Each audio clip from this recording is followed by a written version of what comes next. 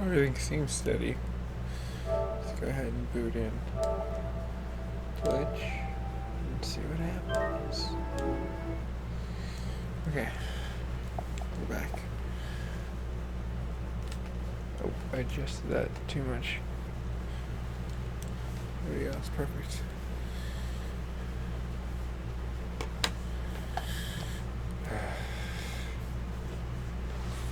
Now I just sit back. Not have to worry about much. Except for gaming. The video screen seems to be fine right now, so not tripping.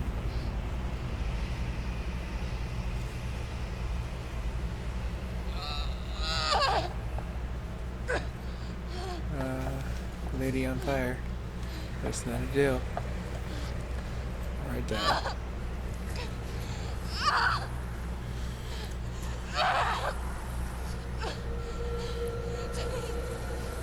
To give it to her, she is trying.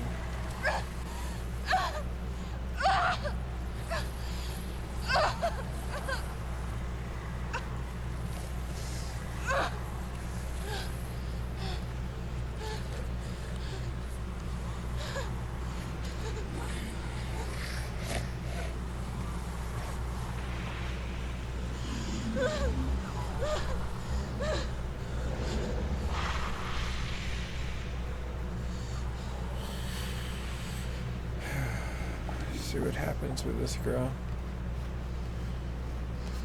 I need to adjust something on the main screen. You're alive. And there's nothing. And you never took it from me. There you go, the mouse is just being very evasive.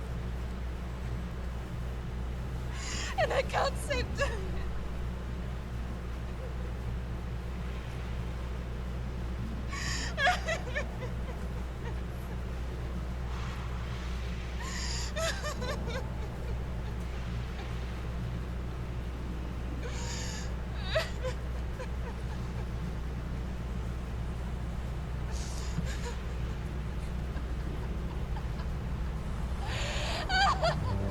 Oh, I think she lost it. Is that what you want me to believe? After all you've done to me? And to him?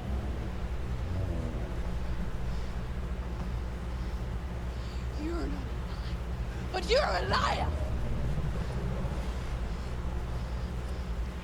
You crawled into me to confuse me and deceive me. But I know it.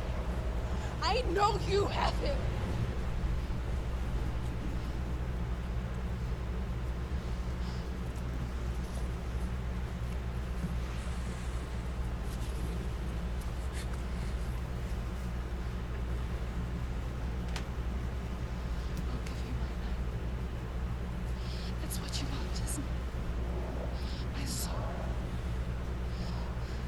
Take it.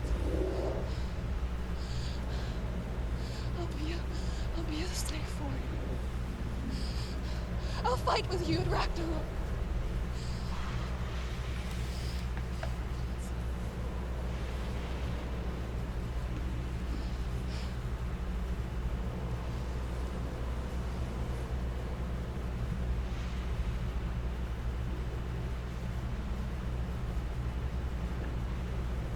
Sweet. I think we're pretty much almost done here. When she starts collecting herself.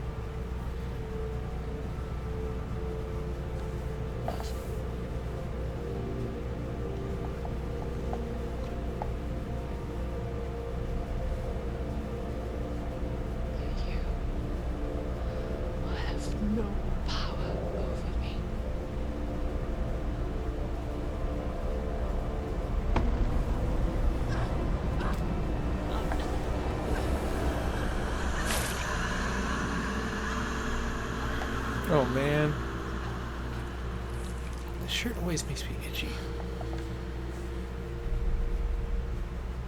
And cotton.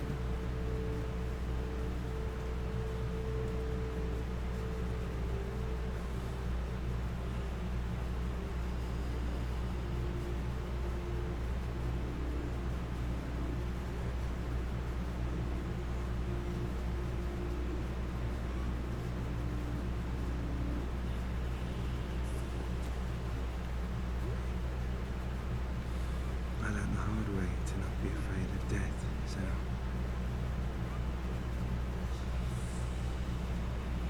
Because a life without loss is one without love.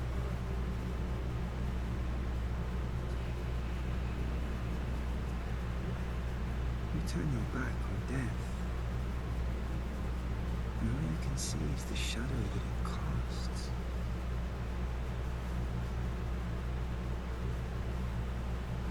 The longer you hide from it, the longer the shadow grows until all you can see is dark.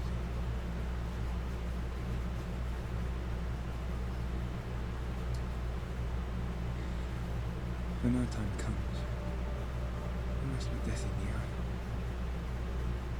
and embrace it as a friend.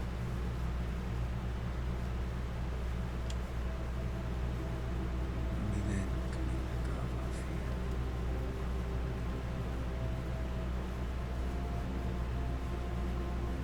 And emerge from our darkness.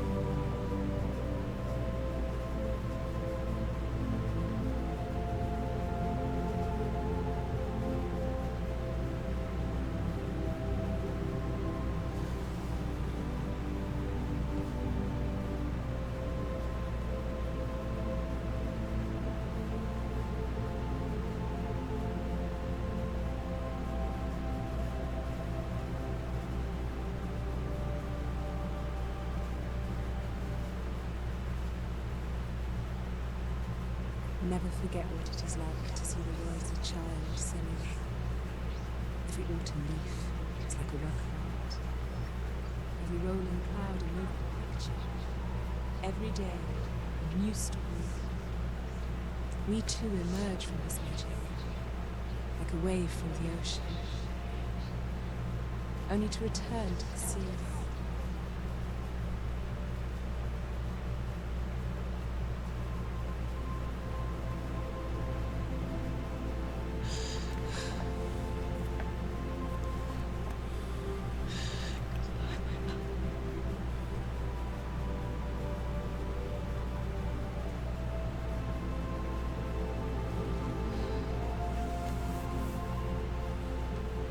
Do not mourn the waves, the leaves, the clouds. Even in darkness, the wonder and the beauty of this world never leaves us. It is always there, waiting to be seen again.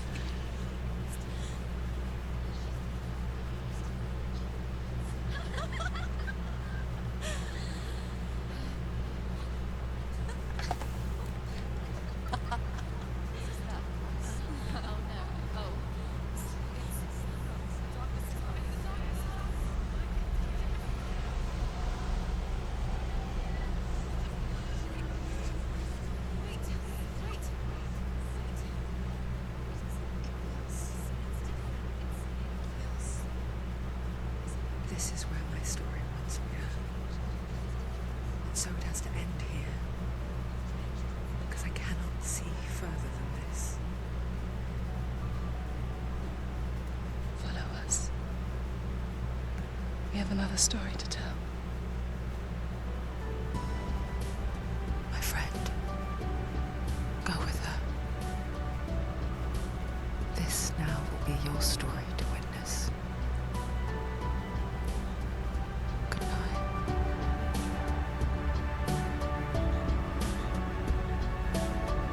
Very interesting. Oh, no. I know that there is music going on, and I am not trying to be about that. Sorry. Credits. I'm not trying to get some damn copyright pop. Yeah.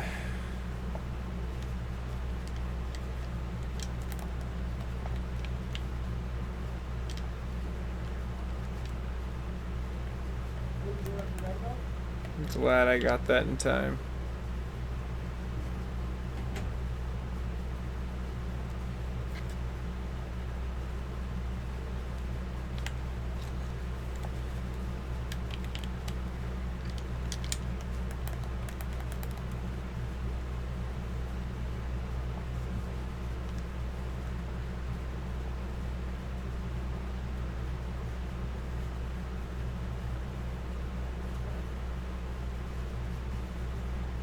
Makes you feel the music's actually pretty good.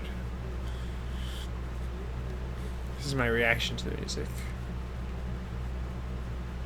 Makes me, you know, rhythmic, you know, pop and lock.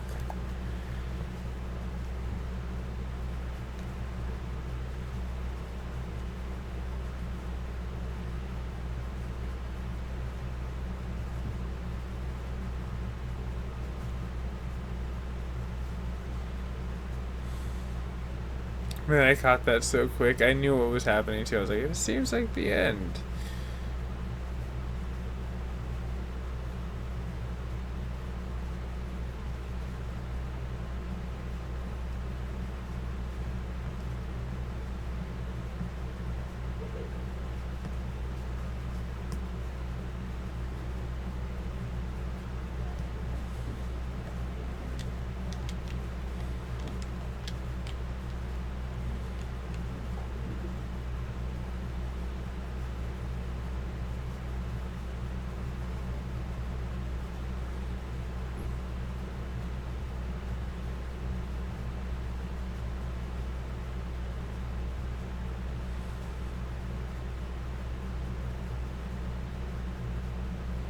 I wish I could speed these credits up, but I can't.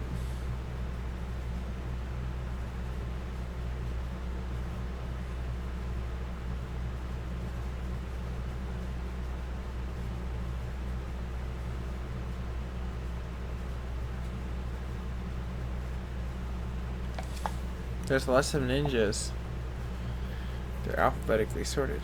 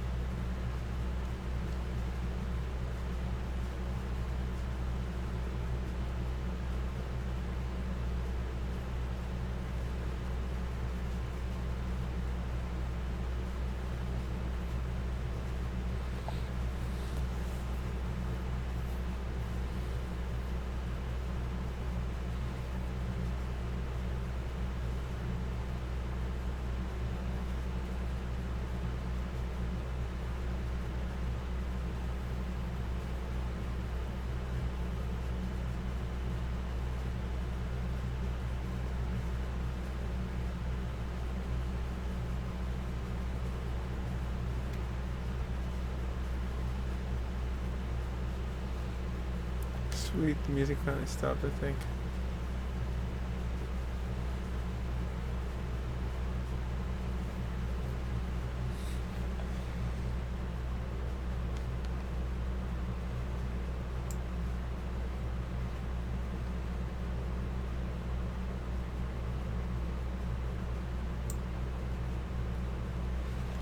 Okay, that's back on normal.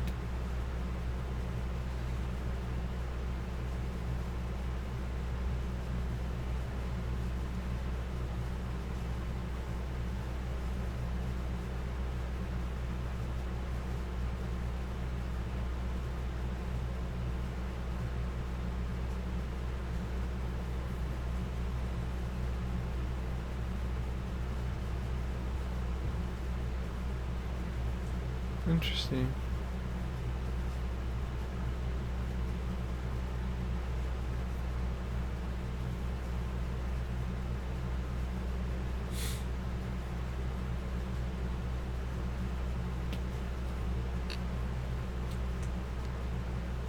Oh, that's it? No trophy?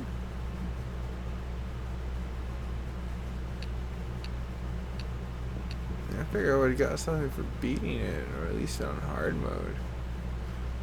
No, it's kind of a hack. A little bit. Anyways, let's see here.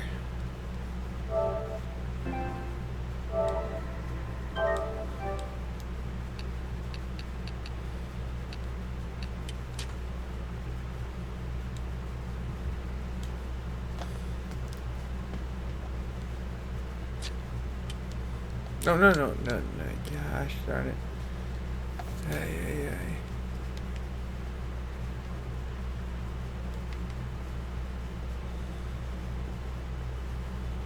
Did not mean to make a vicious cycle here.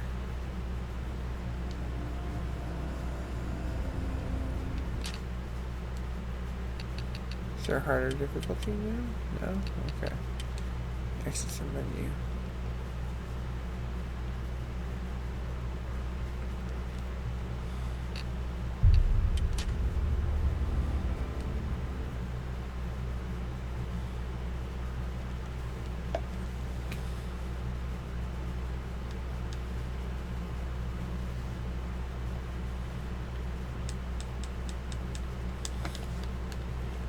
Pressing it, why? Stormy seas, Thank goodness it lost worked. soul. Who is it? She's dreamt of this before. It's coming. Is it? They say dreams are visions of our memories, thoughts, and fears, as seen by our inner eye.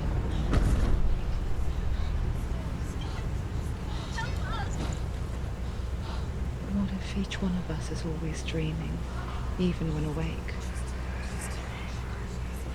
And we only see what our inner eye creates for us. Is this what hell is? A world shaped by Senua's nightmares. Maybe that's why people fear seeing the world through her eyes. Yes, she's scared. Because if you believe that Senua's reality is twisted, you must accept that yours might be too.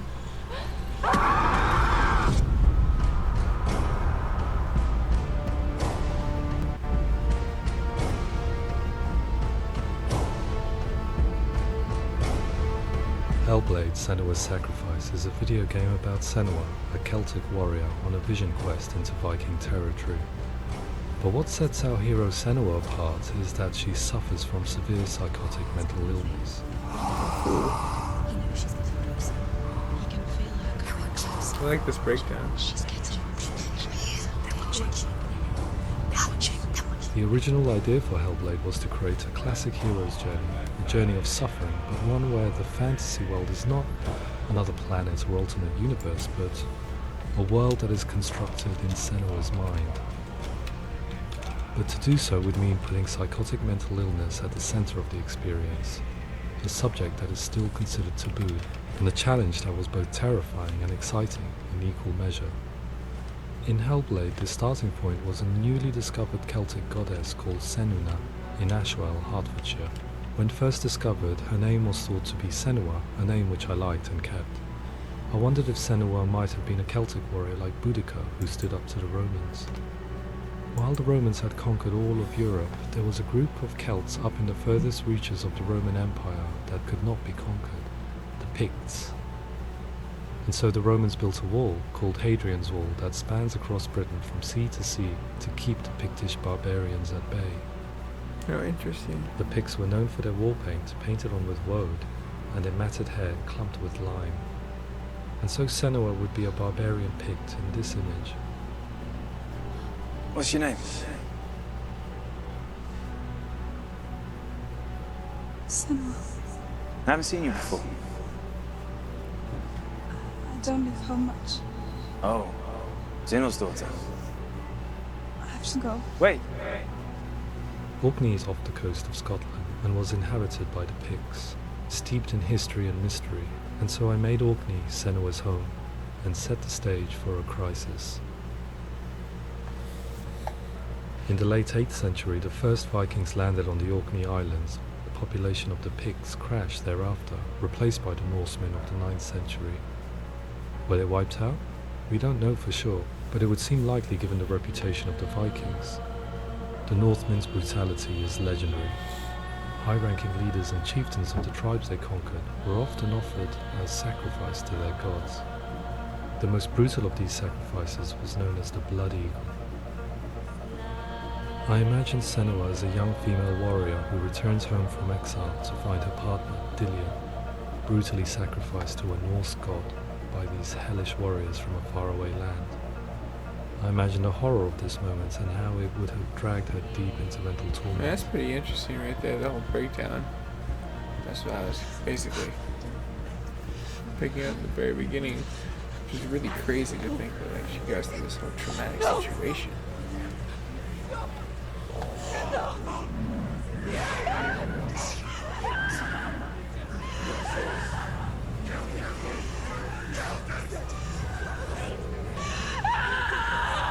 I came to learn that the Celts had a sophisticated and nuanced perspective on the nature of mental disorder.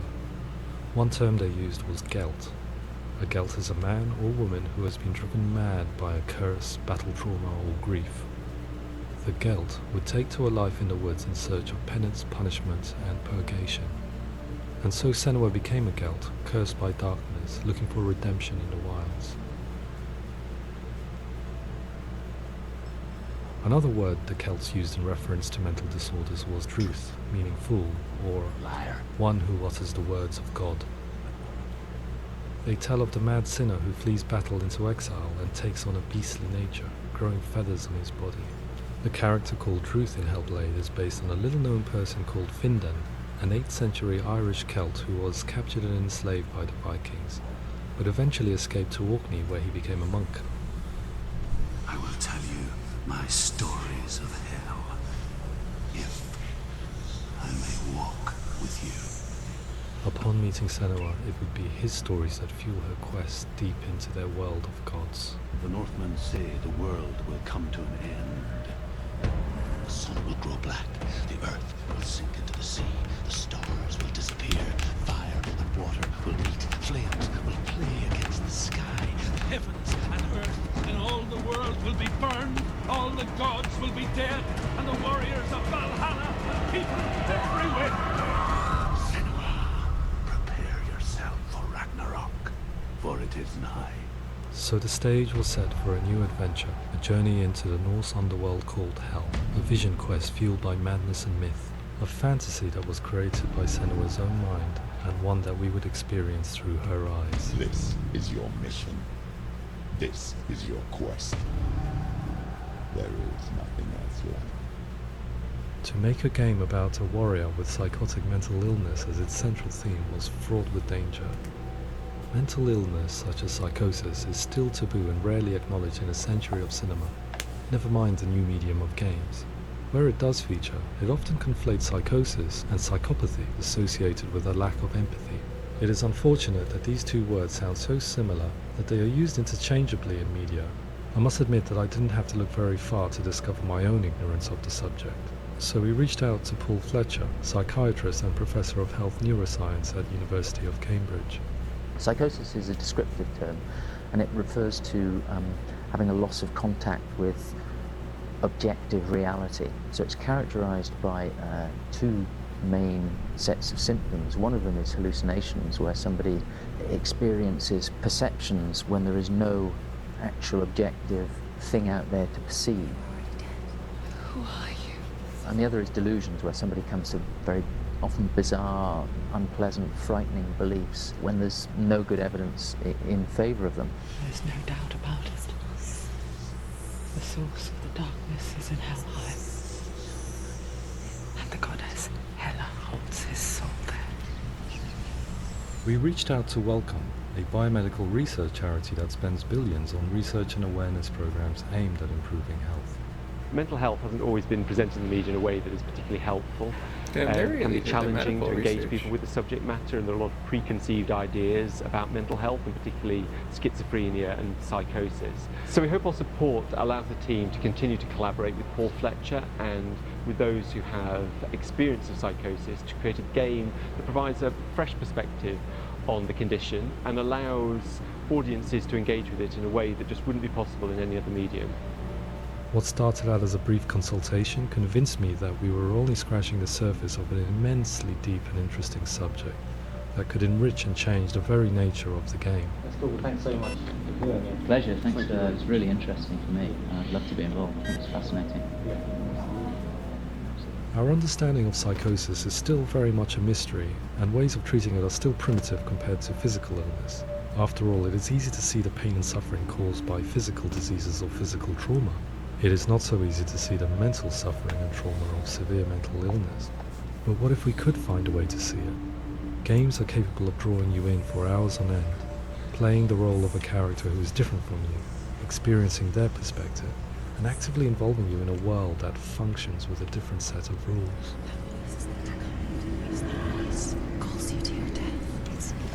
If we were to represent Senua psychosis, we would have to simulate voice hearing, a common attribute. But how can we simulate something we have no first-hand experience of? Professor Charles Fernyhough, a leading expert in voice hearing from Durham University, offered his help. Hearing voices is an experience that is usually associated with severe mental illness, and crucially we know that hearing voices is a part of ordinary life for many people who don't meet the criteria for mental illness. Yeah. Oh, that's not him in real life. We know voices vary according to where they appear in space. Voices can appear far away in the distance, they can appear right there in your ear, they can seem to be coming from inside your head. Based on the information Professor Fernyhough provided, I put together a sound brief and invited some actors to the studio. We recorded the actors using a binaural microphone, which records the 3D spatial position of sound, replicating the way sound is heard by human ears. It gives you an incredible sense that the person you are listening to is right there beside you.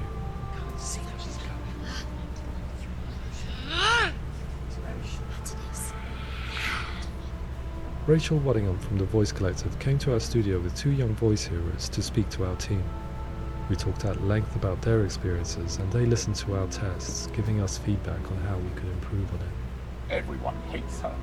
She's cursed. It's very hard to represent what this experience is like, partly because it's such a personal, intense, emotional experience. It's testament to how Ninja Theory have been listening to what the researchers are saying, but also, crucially, listening to the experts by experience. What they've come up with is so compelling. It's by far the best representation I've heard of what these experiences are like.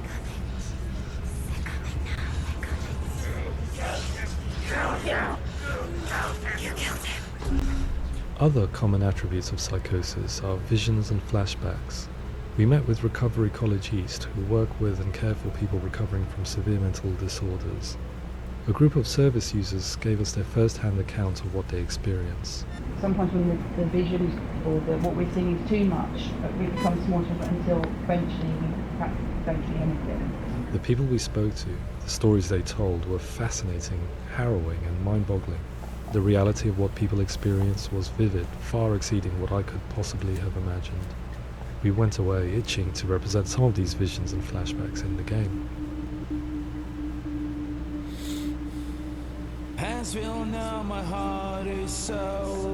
Oh, hey. No music. Sorry, I gotta mute that. You read along. It's pretty cool.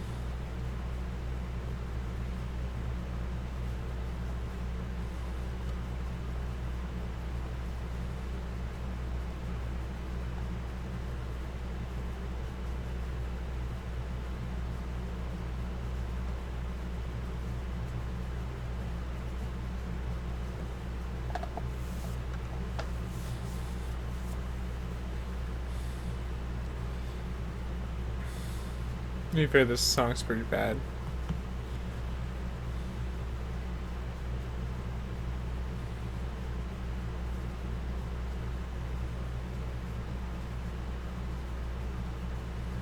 I think it's over.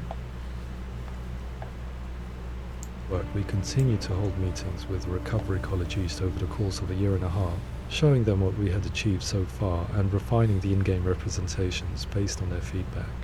With their help, flashbacks, visions and changes in perception were woven into the story and gameplay of Senua. The students that are involved in this project are incredibly excited about being involved.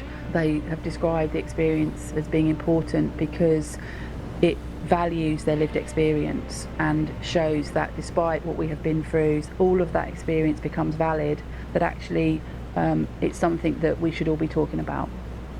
The experiences described range from beautiful to frightening beyond comprehension. I heard of a girl who has to live with an angry voice screaming at her, slamming on her doors and walls 24 hours a day. I met someone who would often see hanging corpses in a room, so real that she would sometimes try to rescue them. The panic and fear that comes with such visions is entirely understandable, and it can be a living horror for some. Worthless, weak, pathetic. Go on, feel sorry for yourself, because there is no one left to do that for you. I was urged by one fellow that we should not shy away from showing this horror, and so I was perpetually torn in making HellBlade. Had we gone too far with our representations or not far enough? Broken and lost. Just like your soul. Come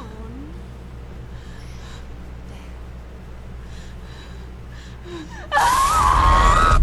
In some ways, voice hearing and visions were the low-hanging fruit, so to speak. There's another aspect of psychosis that is much harder to explain, but one that I think video games are uniquely able to represent, which are often called delusions. People begin to see patterns in the world. They begin to link things that most people wouldn't link.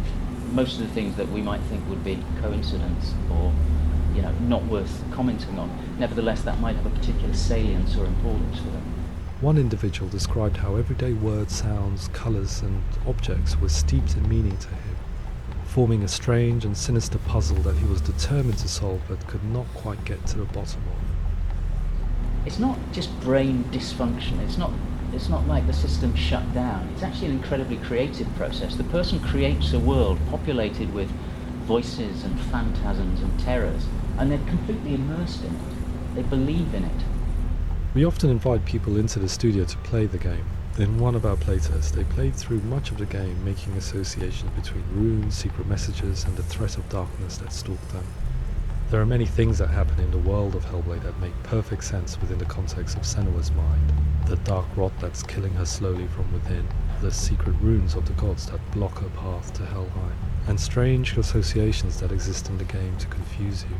To complete Senua's quest, you have to internalize and accept the logic and meaning behind these things to progress. Afterwards they said that they didn't see much evidence of mental illness in the game. People with delusions of all sorts would argue the same thing, that they are not aware of their experience being abnormal in any way. I need this sword. It's important. Representing perception changes and thinking patterns within HellBlade gives us a set of symptoms common in psychosis. But people with lived experience were keen to emphasize another point, that it is wrong to define a person by their symptoms. Quite often, the illness comes not from the symptoms, but from the stigma, isolation and mistreatment that comes about from the rest of society. They say that I'm cursed. What if they're right? I needed someone to portray Senua, someone who could believably internalize her suffering.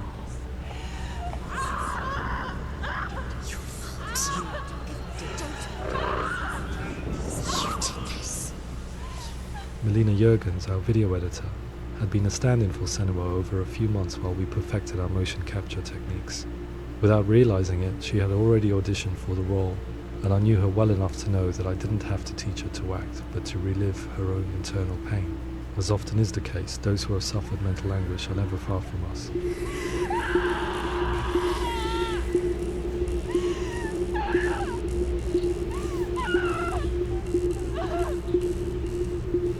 My hope is that by creating a compelling and aspirational character in Senua who feels very much real, albeit in a fantasy setting, We can provide a lens into her reality, a different one to yours, and this is where storytelling comes into play. I imagined her life based on common threads in real people's lives. She was always prone to psychosis as a child. Her mother Galina also heard voices and had visions, so perhaps there was a genetic aspect. Or perhaps it was cultural, as she lived within a world without science, of gods and superstition, as exemplified by her druid father Zimbal. Psychosis developed in her late teens to early 20s and was exasperated by stigma and isolation at the hands of the clansmen and her father. It's darkness. It's spreading. The trauma of seeing her lover Dillian sacrificed tips her over the edge, making her remodel her reality around a concept that connects everything: the darkness. So the question, is what Senua experiences real? Can only be answered by saying, yes, it is real. It is her reality. All of her suffering will have been for nothing. It's just a matter of time. Towards the end of the project, service users and professionals that had collaborated with us were invited to see the near-final game. It was a chance to see if the game had reflected their views or if it had misrepresented them. For me, being involved in especially developing Senua's character has been really important, and being able to bring in my perspective and what I see and what I hear, and having that built into the game has been a real privilege. It's gritty and it's meaty, and there are some tough subjects in there that are being tackled with honesty.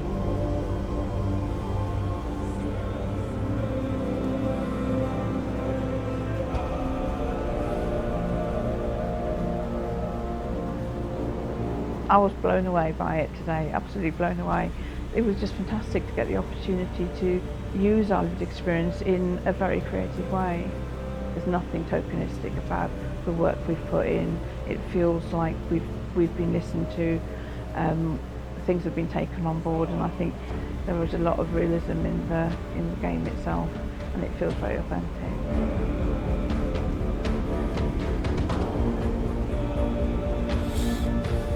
HellBlade will give people a good experience of what it's like to hear voices and have those experiences. I'm glad that the guys at Ninja Theory have asked us to come along and help to build an experience that's positive when it comes out, and get myself a copy and have a go.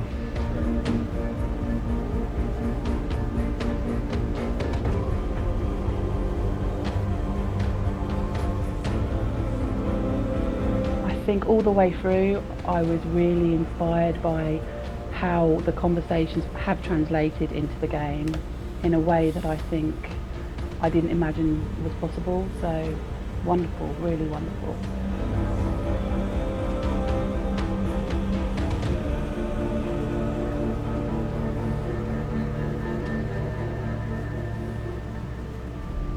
I really hope that others will follow the lead they've set and use the power of something like a video game to change people's perceptions, to increase understanding, and ultimately to make some of the stigma around voice hearing and other experiences go away.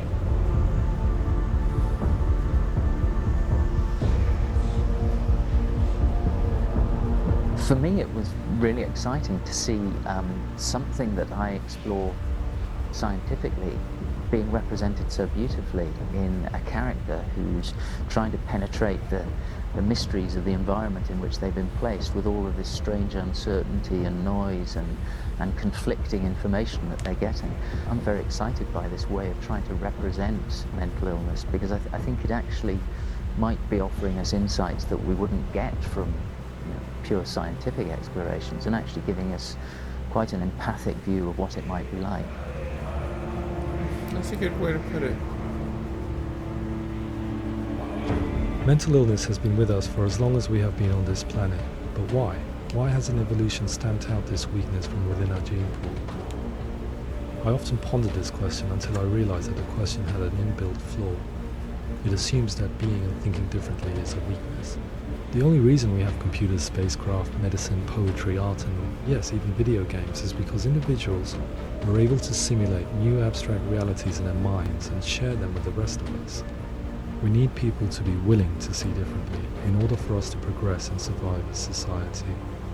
And we need to be open to these new ways of seeing. And it is this spirit that motivated me to create Senua's story and share it with you. Interesting. I guess that goes into the whole point of like genius and insanity is a fine line.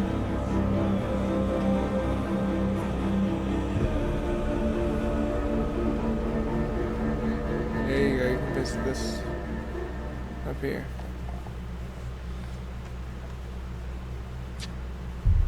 There you go, guys and gals. That's pretty much it. Just a wrap up summary. And I'm gonna go ahead and install this into the feature. Might play this during Halloween again. But I'll catch you guys and gals later.